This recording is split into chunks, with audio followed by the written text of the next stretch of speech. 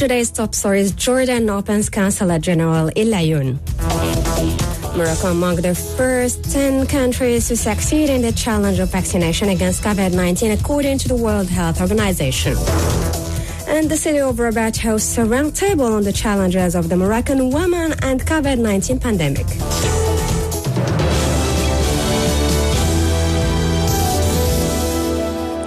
Good afternoon.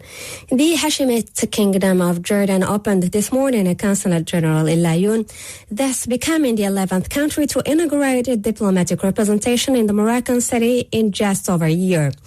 The opening ceremony of this consulate was chaired by Minister of Foreign Affairs, African Cooperation and Moroccans Abroad Nasser Bourita, and the Jordanian Deputy Prime Minister and the Minister of Foreign Affairs and Expatriates, Ayman Al-Safadi. Women were at the heart. Morocco is among the first 10 countries that have successfully completed the challenge of vaccination against COVID-19, according to the Office of the World Health Organization in Morocco. Congratulations for the success of this campaign, the Office of the World Health Organization in Morocco wrote on its Twitter account. The number of people who have been vaccinated by the first dose so far in Morocco has reached 3,745,173, while 360,689 have received the second dose of the vaccine. The national vaccination campaign against the COVID-19 virus was launched on January 28th by His Majesty King Mohammed VI in accordance with the High Royal instructions. The vaccination campaign is free of charge for all citizens, the objective being to immunize all components of the Moroccan people, approximately 80% of the population, to reduce and then eliminate cases of contamination and death due to the epidemic, and to contain the spread of the virus with the prospects of a gradual return to normal life. A total of 594 new cases of the coronavirus infection and 557 recoveries have been recorded until yesterday at 6 p.m. in Morocco, while 8 new COVID-19 related deaths were also recorded. The number of active cases stands at 5,675, including 379 in a critical or severe condition. In celebration of the International Women's Day, the Australian and Mexican ambassadors in Morocco organized this morning in Rabat a roundtable under the theme, The Challenges of the Moroccan Woman and the COVID-19 Pandemic. Shema Abouih covered the event. Women were at the heart of a roundtable organized by the two embassies of Australia and Mexico in Morocco. Nabila Mounib, Nuzha Sqalli, Aisha Shinna, and Latifa Ahrar, four activists who have always fought in favor of women's rights, were not only panelists at this event, but they were also examples of Moroccan women who faced the challenges of the COVID-19 pandemic with strength and resilience. Ambassador of Australia in Morocco, Mr. Michael Cutts, shares with us his regards on this event. This year, International Women's Day is launching a campaign called Everyday Women. That makes a lot of sense in English. It means that, in fact, every day should be International Women's Day, and that there shouldn't be anything particularly special about that. The equality of women is a fundamental human right of all gender. When it's achieved, it will obviously have socio-economic effects. There's still work to do and a pathway to follow. Australia is committed to advancing women's rights and the equality of genders and economic empowerment of women.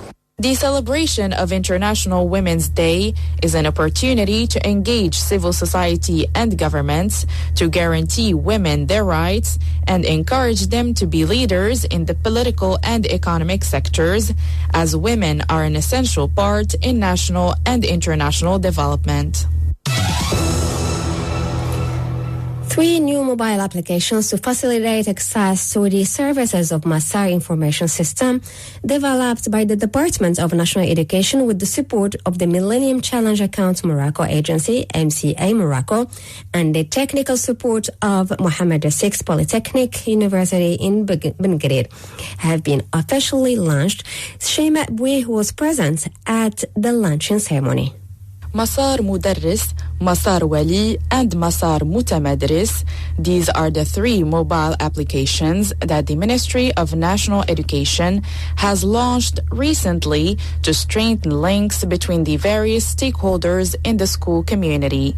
These apps are free of charge on smartphones and offer a new user-friendly tool that will help promote the education system. The launch of these applications took place within the framework of the implementation of the Secondary Education Project. It is one of the essential programs signed between the Moroccan and the American government, represented by MCA Morocco Agency. Carrie Monahan, Deputy Resident Country Director at the Millennium Challenge Corporation, was present at the launch ceremony, and she tells us more about this event. This is a big day because we're launching a new mobile phone application which is called Masar Mobile.